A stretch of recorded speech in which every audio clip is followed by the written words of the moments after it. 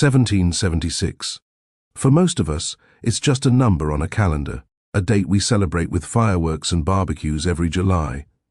But for the men and women living then, 1776 wasn't a celebration. It was a gamble, a leap into the dark. It was the moment when an impossible idea, that ordinary people could govern themselves, transformed from a whisper into a movement. We call it the spirit of 1776. But what was it really? It wasn't just about tea taxes or stamps. It was a seismic shift in the human mind. It was the courage to look the most powerful empire on earth in the eye and say, enough. We are not subjects, we are citizens. To understand the spirit, you have to understand the fear. For a century and a half, the American colonies had been largely left to their own devices. They had built a new world at the edge of the wilderness. They felt English, but they were becoming something else. They were becoming American. Then, everything changed. Following a costly war, King George III and Parliament in London decided the colonies had to pay. Tax after tax was imposed without their consent. For the colonists, this wasn't about the money. It was about the principle. If they could be taxed without a voice in Parliament, were they truly free men? Or were they merely servants of the crown? Tensions peaked in Boston. Acts of defiance like the Tea Party were met with a military iron fist. The port was closed. The city was occupied. The embers of discontent had been lit, and they could no longer be extinguished. The summer of 1776. Philadelphia. In the sweltering heat, a group of men gathered. They were farmers, lawyers, and merchants. They disagreed on much, but they were united by one terrifying realization: retreat was no longer an option. A young Virginian named Thomas Jefferson was tasked with writing down the why. The words he wrote weren't just political grievances.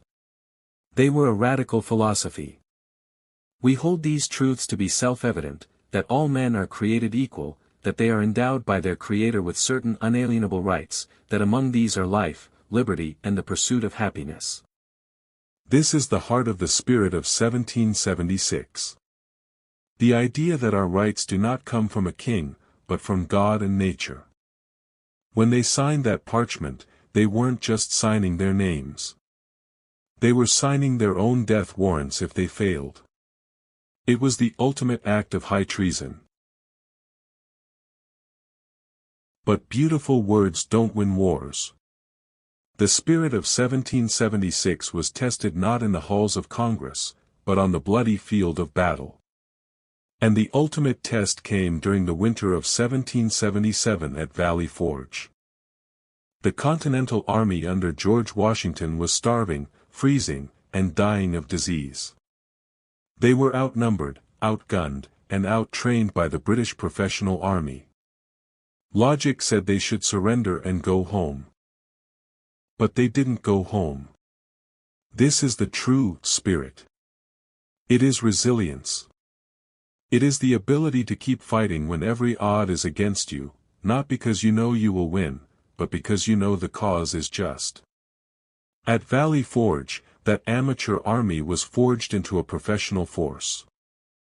It took years more of brutal warfare, but eventually, at Yorktown, the world turned upside down.